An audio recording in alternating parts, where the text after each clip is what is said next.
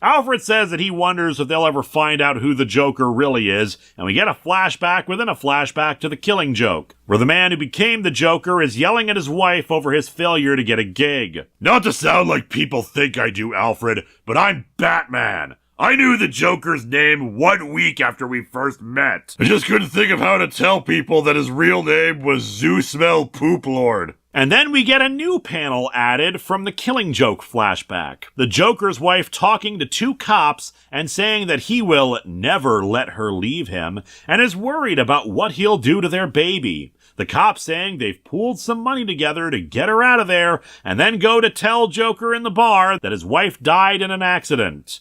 But in reality, she escaped to Alaska to become a single mom. No one can ever know his name, Alfred, because if the world knows it, his family will never be left alone. The press will find them. The Joker will find them. Wow, how very noble of you.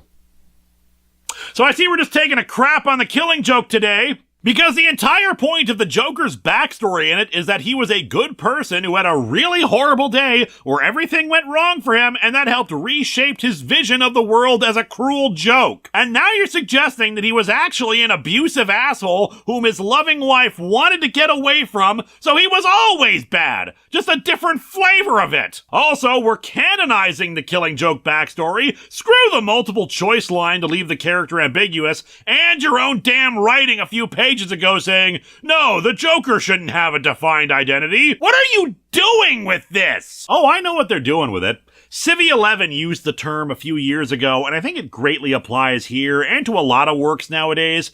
The big reason why I felt this comic was a good choice for the 800th episode over ones that are much worse.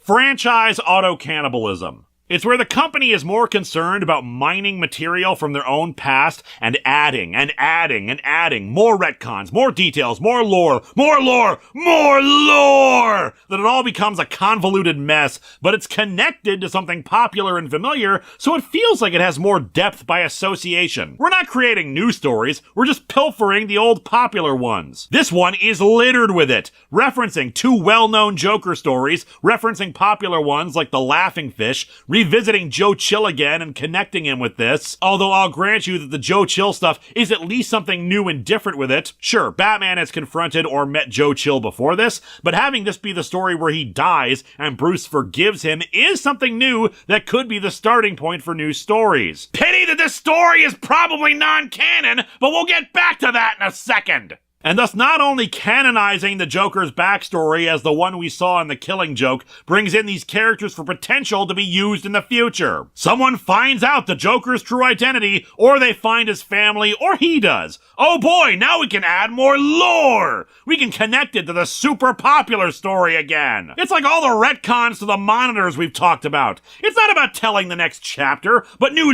lore, and connecting it to major stories of the past. The franchise eating itself instead of trying to produce something new. You get your nostalgia hit from seeing the thing you recognize, and you're lucky if it actually adds anything to it. This is not to say that referencing old works is bad, making new sequels is bad, but what does this revelation do other than just try to make it seem more important because it's connected to a more popular older work?